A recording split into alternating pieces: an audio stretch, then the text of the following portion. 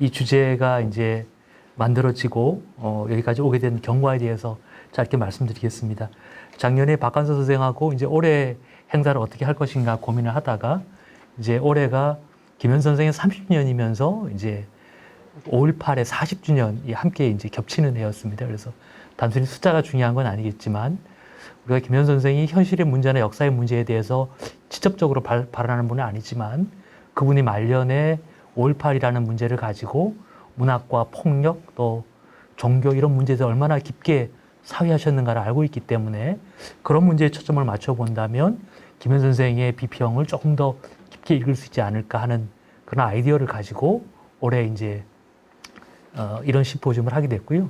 심포지움이 이제 올해 하기 전에 이미 책이 나와 있습니다. 제가 책 만드는 사람이라 책 광고를 잠깐 하겠습니다.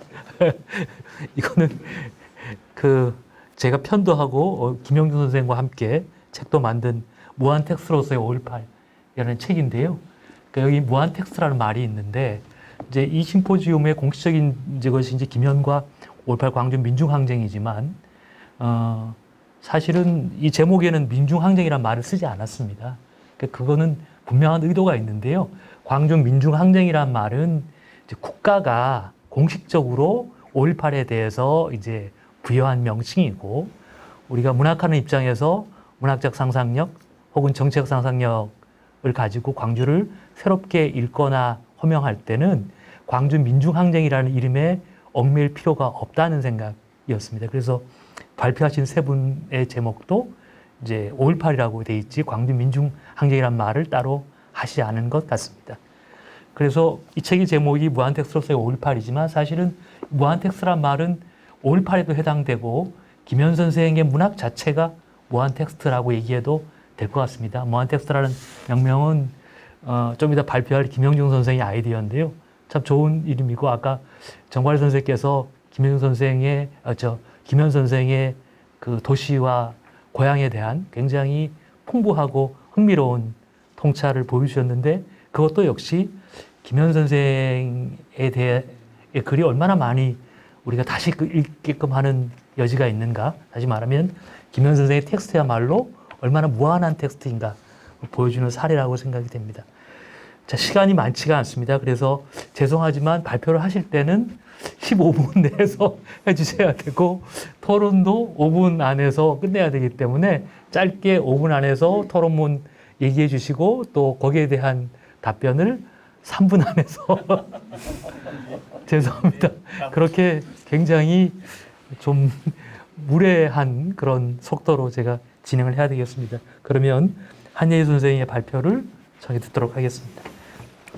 네, 안녕하세요. 충실대학교 한대입니다. 네, 뜻깊은 자리에 이렇게 발표를 하게 돼서 일단 감사하다는 말씀을 드리고요.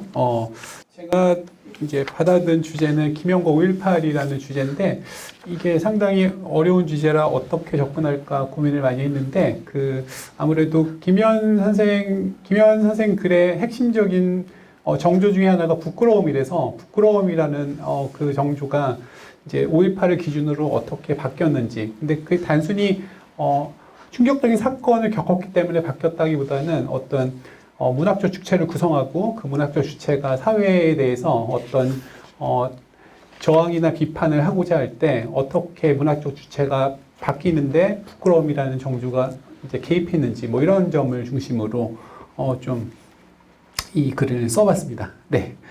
그 첫 부분은 방금 전에 정근 선생님 발표가 좀 연결되는 부분인데 이제 부끄러움이 그 김현 선생님 글에 굉장히 자주 등장하는데 뭐 기본적으로는 이제 어렸을 때 소설책 읽다가 어머니한테 꾸지람 듣고 느꼈던 부끄러움 그런 것부터 시작해서 그 뭐 성인이 돼서 왜 돈 되는 일 안 하고 돈 안 되는 문학을 하는가 이런 그 도전 여기에 대해서 이제 개인적인 차원에서나 사회적인 차원에서 문학이 어떤 의미가 있는가를 평생 동안 고민을 하신 결과가 김현 문학 비평이라고 생각하고요.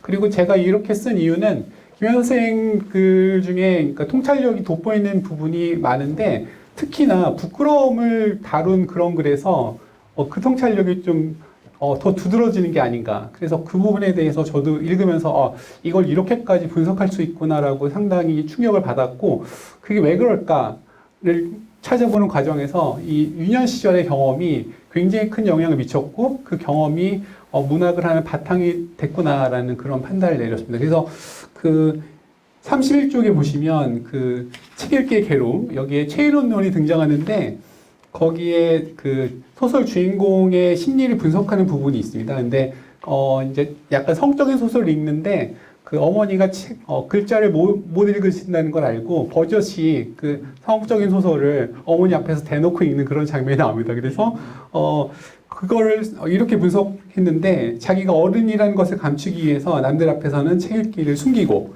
자기가 아직 어린애라는 걸 드러내기 위해서 어머니 앞에서는 버젓이 드러낸다. 그러니까 이렇게 굉장히 이중적인 태도를 보이고 있다. 근데 이거는 본인이 경험하지 않고는 이런 식의 분석이 안 나올 거기 때문에 김 선생이 어렸을 때부터 책을 읽는 과정에서 느끼는 그런 감정들이 여기에 상당히 깊이 개입되어 있다고 생각을 했고, 뭐 저도 그런 경험을 많이 했고요. 그래서 이 김연평에서 부끄러움은 대개는 금지된 것에 대한 욕망, 그 다음에 처벌에 대한 두려움, 그 다음에 어떤 편안한 거에 대한 욕망, 그 다음에 뭔가 해야 될 의무, 이거 사이의 갈등에서 주로 발생을 하는데, 이걸로써 모든 게 설명되는 건 아니고, 이런 갈등에서 발생하는 부끄러움으로는 5.18 이후에 김현 선생의 글을 설명하기 어렵다. 이런 차원에서 어떻게 변화가 됐는지 그걸 좀 설명해 보려고 했습니다. 그래서 그 37쪽 그 두 번째 밑줄 보시면 이제 김현의 평생 사로잡아왔던 부끄러움이 문학적 주체 구축에 어떤 방식으로 나타났는지, 그 다음에 이런 탐색을 통해서 5.18이 김현 비평에 미친 영향이 무엇이고, 궁극적으로는 김현 선생이 추구했던 문학적 저항이라는 게 어떤 의미가 있는지, 이런 것들을 좀 규명해 보려고 이 글을 좀 썼습니다. 네, 다음 페이지로 넘어가서요. 네, 시간이 없으니까. 네, 32쪽에 보시면 1970년대 이제 김현 비평을 좀 간단하게 요약을 해보자면 이제 그 부끄러움이라는 어떤 정조를 바탕으로 문학론을 구축했는데, 거기 중간 부분 보시면 그 인간은 실현할 수 없는 꿈과 현실과 거리를 통해서 자신의 의사를 반하여 드러낸다. 그래서 그 거리가 인간이 얼마나 억압됐는지를 나타낸다. 그래서 불가능한 꿈이 아름다우면 아름다울수록 삶은 비천하고 추하다. 이 문장이 상당히 중요하다고 생각하는데요. 그러니까 문학을 통해서 느낄 수 있는 미적인 아름다움, 어떤 초월적인 느낌, 이런 것들이 더 깨끗하고 순수할수록 삶은 더 추한 것으로 비춰지니까 그 격차가 더 커질수록 현실에 대한 어떤 거부나 저항이 더 커진다. 이런 의식을 거기에 담고 있고요. 그래서 이런 불행한 의식, 나는 왜 이런 추한 현실에 얽매여 있는가, 이런 불행한 현실이 근대 문학을 주정하는 하나의 성격이다라고 봤고, 근데 이제 이런 것들이 현실과 거리를 취할 수 있는 어떤 기제가 된다, 반성의 기제가 된다라고 해서 마지막 부분 보시면 문학이 없을 때 거리를 가질 수 없으며 자신의 욕망의 노예가 되어버린다, 이렇게 했었는데, 아까 뭐 정화 선생님이 말씀하셨지만 그 고기 덩어리라는 단어가 몇 번 등장하는데요. 이게 이제 어떤 먹는 것도 되지만 육적인 욕망도 되겠고, 그러니까 우리가 현실 속에 갇혀 있다라는 걸 어떤 대변하는 그런 용어로서 굉장히 자주 등장을 합니다. 그래서 그 이렇게 욕망의 억압성에 대한 인식을 통해서 현실과의 거리를 드러내고, 그 다음에 자기 자신과의 거리도 가능하게 된다. 그래서 이 이중의 거리를 통해서 문학이 어떤 현실 초월적인 아니면 자신의 억압성을 반성하는 그런 요소로 작용한다는 건데, 그걸 느끼게 되면 이제 자기가 욕망의 노예가 됐다는 거에 대한 부끄러움이 거기에 개입돼야 되고, 그 다음에 자기가 갇혀 있다. 그러니까 이런 아름다운 세계를 모르고 있었다니 라는 생각을 통해서 갇혀 있었던 거에 대한 부끄러움, 이런 것들이 꼭 작용을 해서 그게 문학적 주체를 구성한다고 봤고요. 근데 특이한 거는 고문이란 용어를 굉장히 많이 쓰시는데, 저는 이 용어가 제가 김현 선생님 글을 읽을 때 왜 하필이면 고문이라는 좀 용어를 썼을까가 굉장히 저한테 궁금한 사항이었습니다. 근데 이 고문이라는 걸 왜 썼느냐에 대해서 그 33쪽 보시면 그 고문이 가능하려면 고문당하는 자아와 그것을 반성하는 자아의 분리가 필요하다. 그래서 자신을 고문당하는 자아로 만들고 그런 자아에 대해 거리두기를 성취한 자아로 스스로 구성함으로써 고문은 반성의 계기가 될 수 있다. 그래서 이렇게 볼 때 김영의 해방적 주체는 고문을 당하는 상태로 자신을 내맡기는 수동성.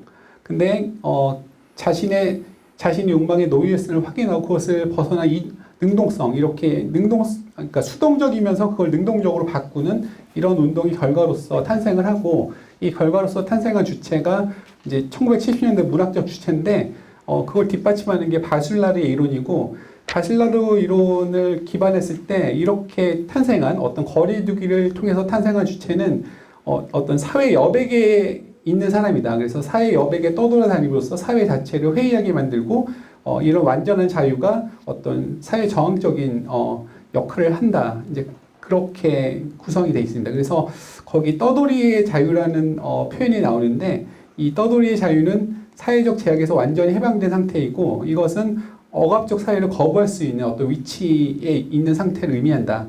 그래서 이 떠돌이의 자유라는 개념이 1970년대 그 김영 문화비평을 대변할 수 있는 용어라고 생각을 하고, 그 1980년에 나온 문학과 유토피아가 요거에 기반해서 나온 대표적인 그 평론집이라고 생각을 합니다. 네. 34페이지로 넘어가서, 근데 이제 던져야 될 질문은 이런 완전한 자유를 누리는 주체와 사회의 성격일 것이다. 그래서 김연이 말하는 완전한 자유의 주체는 방법적 회의를 통해 특수한 문화적, 민족적 뿌리로부터 벗어난 데카르트적 주체나 아니면 특수한 공동체에 제약된 미성숙한 개인을 뛰어넘어 보편적 이성의 차원에서 사고하는 칸트적 주체에 가깝다. 근데 문제는 이러한 추상적 개인은 특수한 생활세계와 문화적 맥락 속에 사는 주체이기 때문에 사회의 여백에서 떠돌면서 삶을 살아갈 수 없다는 점이다. 그러니까 이게 그 어떤 떠돌이의 자유라는 개념에 속해 있는 어떤 내적인 갈등의 요소이고, 이 5.18이 이런 갈등의 요소를 결정적으로 부각시키는 그런 계기가 됐다라고 봤습니다. 그래서 그 34쪽 중간 보시면 이제 문학적 유토피아를 통한 소외의 극복이나 거짓 욕망과의 거리두기라는 것이 사회의 핵심적 모순을 건드리는 듯 했지만, 이제 5.18을 지나면서 이런 것들이 어떤 수치스러운 환영임이 드러난다. 그래서 이제 광주에서 폭력과 그에 이어진 군부의 지배가 이런 문학적 유토피아 정체에 대해서 좀 근본적으로 질문을 던지게 만드는 그런 사건이다라고 봤습니다. 그래서 1980년대로 넘어가면 이제 아까 잠깐 말씀하셨지만 그 80년대 초반에는 사실 그러니까 작품 비평이 좀 줄어들고 어떤 이론적 작업, 그 다음에 번역 작업 이런 것들이 많이 진행이 됐습니다. 근데 거기 보시면 35쪽 보시면 그 지라르 연구에서 이런 표현이 나오는데, 예수가 완전한 무죄성을 통해 사회체계 폭력성을 폭로했듯이 문학도 완전한 자유를 통해서 사회적 억압을 드러낼 수 있다. 이제 이런 식의 개념이 이제 1987년에 나온 지라르 연구서에서 나옵니다. 근데 이런 관점은 기본적으로 유지되면서 그 내적인 어떤 갈등 요인으로서 이제 5.18 이후에 자율적 문학이 지향하는 사회와 체제는 무엇인가? 그 다음에 문학은 현존한 억압적 체제의 변화에 조금이라도 기여할 수 있는가? 그 다음에 문학적 자유는 사회적 외부에 존재하는 것인가? 이런 질문들에 직면할 수밖에 없었고, 이런 질문들이 부끄러움의 문학적 주체를 좀 새롭게 재구성하는 역할을 했다라고 봤고요. 근데 이제 거기 푸코에 대한 푸코 이론을 이제 1980년대 후반에 집중적으로 연구를 하시는데, 푸코 이론에 대한 그 해석을 간단하게 제 나름대로 정리하자면 이 질문인데, 푸코에 대해서 그는 신보수주의자인가 아니면 무정부주의자인가라는 질문을 던졌는데, 이 질문이 김현 선생이 본인 자신에게 던지는 질문이라고 저는 느꼈습니다. 그래서 그 36쪽 보시면 이제 푸코의 이론을 비판적 존재론이라고 봤는데, 이 비판적 존재론의 기초와 문학적 입장이 이제 무정부주의나 역사 허무주의가 아닌가라는 의문이 던져졌고, 대해서 어떻게 답할 수 있는가가 1980년대 후반 기면비평을 구성하고 있고, 그것이 이제 말들의 풍경이란 형태로 어떤 답이 주어졌다 이렇게 봤고요. 그래서 그 말들의 풍경에 나와 있는 이제 광주를 소재로 한 시 두 편에 대한 평론이 있습니다. 이거는 뭐 조금 뒤에 김영준 선생님 글에서도 자세히 나올 텐데요. 두 편의 시에 대한 평론에서 어떤 식으로 답변이 구성됐나를 잠깐 보겠습니다. 거기 윤동주 시론에서 부끄러움의 성격을 두 가지로 설명했는데요. 하나는 이제 윤동주 시에 나온 부끄러움은 거기 36쪽 그 인용문을 잠깐 보시면 교육을 받으면 받을수록 이제 어떤 안주의 욕망, 이것이 나쁜 욕망이라는 것이 욕심이라는 것이 분명해진다. 근데 부끄러움은 그 갈등에서 발생한다. 지켜야 될 원칙을 알면서도 그걸 자꾸 깨뜨리려고 한다. 여기서 부끄러움이 생기고, 그다음에 밑에 뒤에 가면은 자신을 파괴하고자 하는 이렇게 살고 있는 자신을 파괴하려는 욕망이 생기고, 그럼 안 되지라는 거기에 생기는 부끄러움, 이 두 가지 부끄러움이 이제 윤동주시에 나오고 있다라고 설명이 되어 있는데, 그 여기에 대해서 그 밑줄 보시면 명시적으로 개념하지 않았지만 이성부와 최여림 시에 나온 김연의 태도는 좀 다른 성격의 부끄러움이 드러나 있다는 거죠. 그러니까 이런 윤동주 시론에서 나온 부끄러움의 개념으로 설명할 수 없는 그런 부분이 있다는 건데, 그거에 대한 설명은 이제 37쪽에 있는데요. 그 5.18을 거치면서 이제 그 보이지 않는 눈이란 이미지가 최여림 시에 나오는데, 이거에 대해서 자신이 누군가에게 보인다는, 더 나아가 간파된다는 사실을 인식할 때 부끄러움이 생긴다. 그래서 이렇게 보이는 것을 보는 것, 그러니까 보인다는 사실과 마주하는 체험이 부끄러움이라고 할 수 있고, 이렇게 누군가의 시선 앞에 노출된다는 것은 자신의 존재 자체가 박탈되는 경험으로, 이것은 타일 주체와의 경험인데, 이렇게 볼 때 부끄러움은 타일 주체가 된 나를 보는 증인이 되는 경험의 소산이라고 할 수 있다. 근데 문제는 이런 경험을 하면 대부분은 뭐 실어증에 빠지거나 더 이상 말을 하지 못하는 상태가 되는데, 그럼에도 왜 말을 하고 증언을 해야 되느냐, 문학적인 형태로 그걸 표현해야 되느냐, 여기서 이제 이 말들의 풍경에 문제의식이 나왔다고 생각을 합니다. 그래서 37쪽 중간에 보시면 최아림의 시에 나오는 눈, 이 보이지 않는 눈은 이제 뭐 이 눈은 말할 수 있지만 침묵하는 자가 고문당하는 탈주체의 체험을 경험할 것을 요청하고, 독자로 하여금 자신이 보인다는 사실과 마주하는 경험을 하게 함으로써 말하는 주체임을 상기시키는 역할을 하고 있다. 네, 여기서 이제 어떤 문학의 역할, 그러니까 어떤 짐승의 시대에서 문학이 할 수 있는 역할을 찾은 게 아니라고 봤고요. 그래서 이제 보이지 않는 눈의 이미지는 광주의 폭력 이유를 살아가는 사람들로 하여금 광주에서 살아남지 못한 자의 고통과 무관하지 않음을 깨닫게 한다. 그래서 여기서 살아남지 못한 자라고 했는데, 그러니까 뭐 아간벤의 논의에도 나왔지만 이제 그런 체험을 겪은 사람은 살아있지도 않고 죽어있지도 않은 살아남은 자인데, 살아남은 자는 말을 잃고 더 이상 그 현실에 대해서 증언하지 못하는 상태가 되는데, 그런 증언의 형식이 하나의 문학이고, 또 하나는 이제 38쪽 보시면 이렇게 말의 저항성과 그다음에 시인의 의지, 이 두 가지 답변이 제출됩니다. 그래서 중간에 보시면 이제 상처에 대한 치열한 성찰과 모색을 통해서 탄생한 시는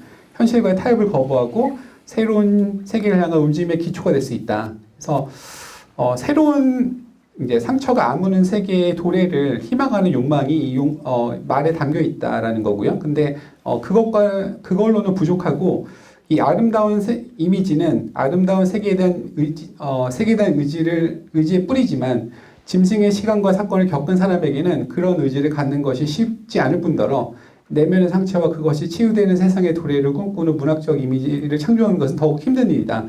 네, 그렇기 때문에 오히려 더 이런 아름다움의 의지가 필요하고, 그 의지가 표현된 것들이 문학적 형태로 나타난다라고 봤고요. 39쪽에 가시면 이제 1980년 이전에는 자신이 동물적 욕망의 노예가 되는 걸 아는 데에서 부끄러움이 탄생하고, 그런 걸 통해서 문학적 주체가 구성됐다면, 80년 이후에는 이제 보이는 눈앞에 노출되어 자신의 존재가 박탈당하는 탈주체의 경험을 통해서 문학적 주체가 구성이 되고, 이전 시기와는 달리 이제 탈주체의 경험이 억압에서 완전히 자유로운 해방주 주체로 이어지지 않는다는 점에서 이건 굉장히 비극적인 주체인데, 그렇지만 이런 더 나은 세계에 대한 의지를 담은 말에 대한 기대가 문학적 주체를 지탱하고 김현 선생이 생애 말기까지 기대하고 있는 것들이 이런 문학 주체가 아니겠느냐라고 봤습니다. 그래서 40쪽 마지막 보시면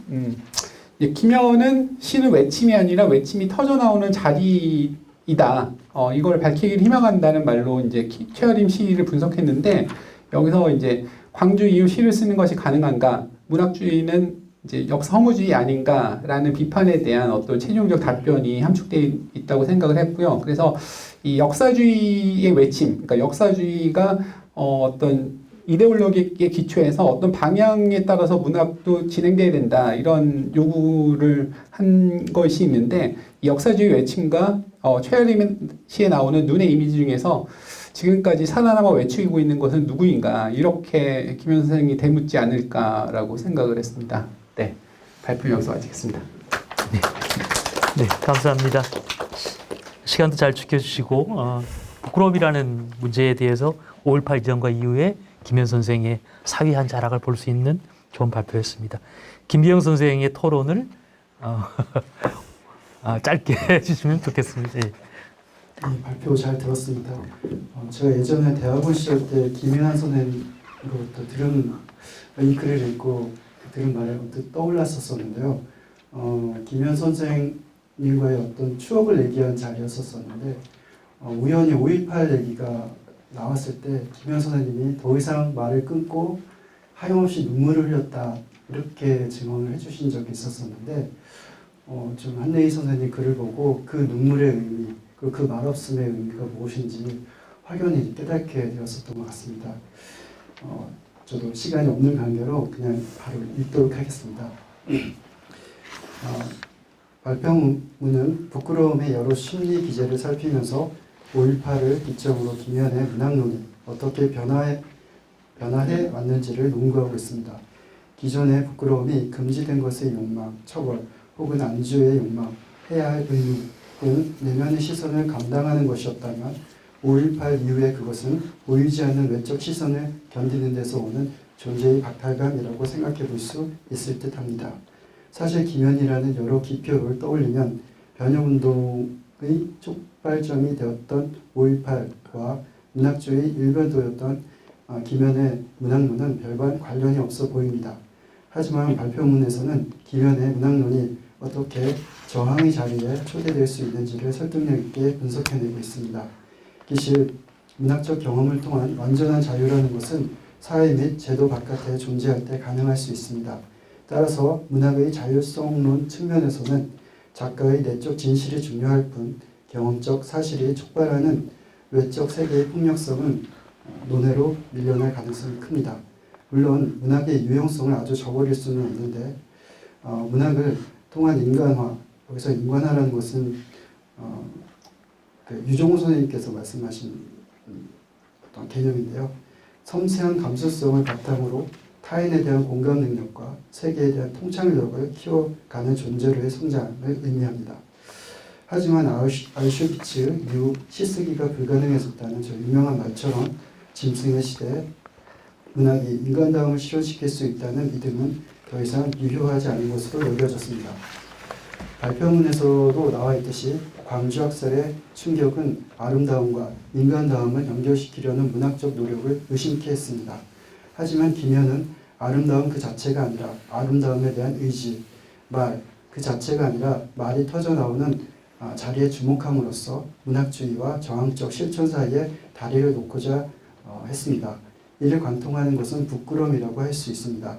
김현은 최아린과 이성구의 작품 분석을 통해 부끄러움이 감정 차원을 넘어 존재론적 위상을 가지고 미적 자유가 변혁 운동을 맞물리게 하는 동력으로 작용하고 있음을 이야기합니다.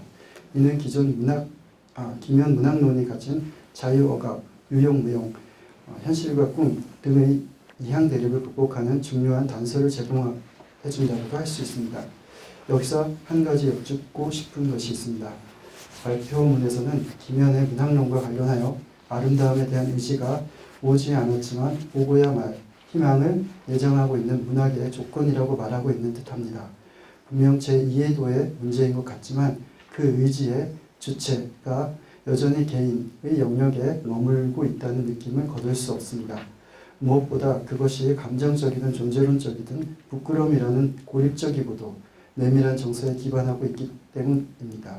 김현이 제시하는 개인과 자유가 문학주의 혹은 예술적 유토피아의 자장 안에서 사유되고 있다는 것을 염두에 둔다고 하더라도 5.18에 남긴 충격은 분명 개인의 이해에 중대한 변화를 가져오지 않았을까 하는 생각이 듭니다.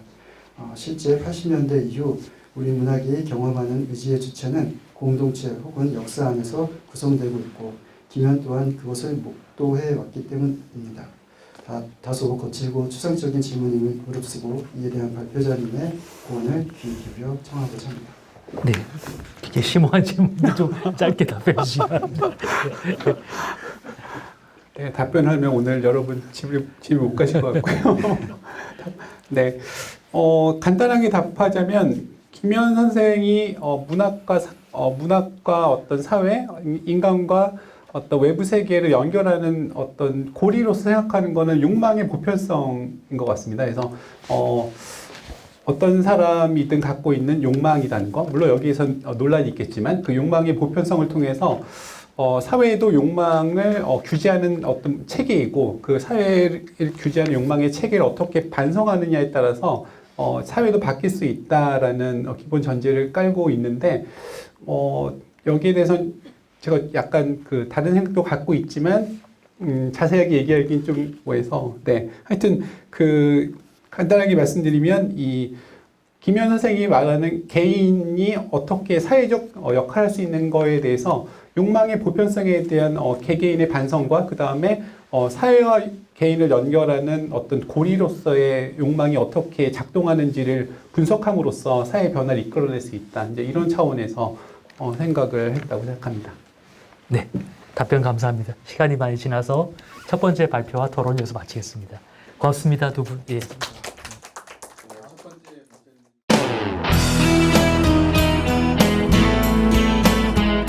네, 안녕하세요. 김현 문학축전 골든벨 시간입니다. 김현이 타계한 연도는 1990년입니다. 그때 만 나이는 몇 살이었습니까? 김현 선생과 관련이 없는 예문은 무엇입니까? 1. 내가 태어나고 자란 곳은 남도의 조그마한 섬이었다. 2. 내 정신의 나이는 언제나 1960년의 18세에 멈춰 있었다. 3. 술은 건조한 삶에 습기를 부해주고 엷은 삶에 두께를 부해주는 고향제여야 한다. 4. 뮤즈를 찾으러 돌아다니지 말고 뮤즈가 몇 시에 너희 집에 가면 되는지 알려주어라. 5. 문학은 억압하지 않으며 다만 억압에 대해 생각하게 만든다.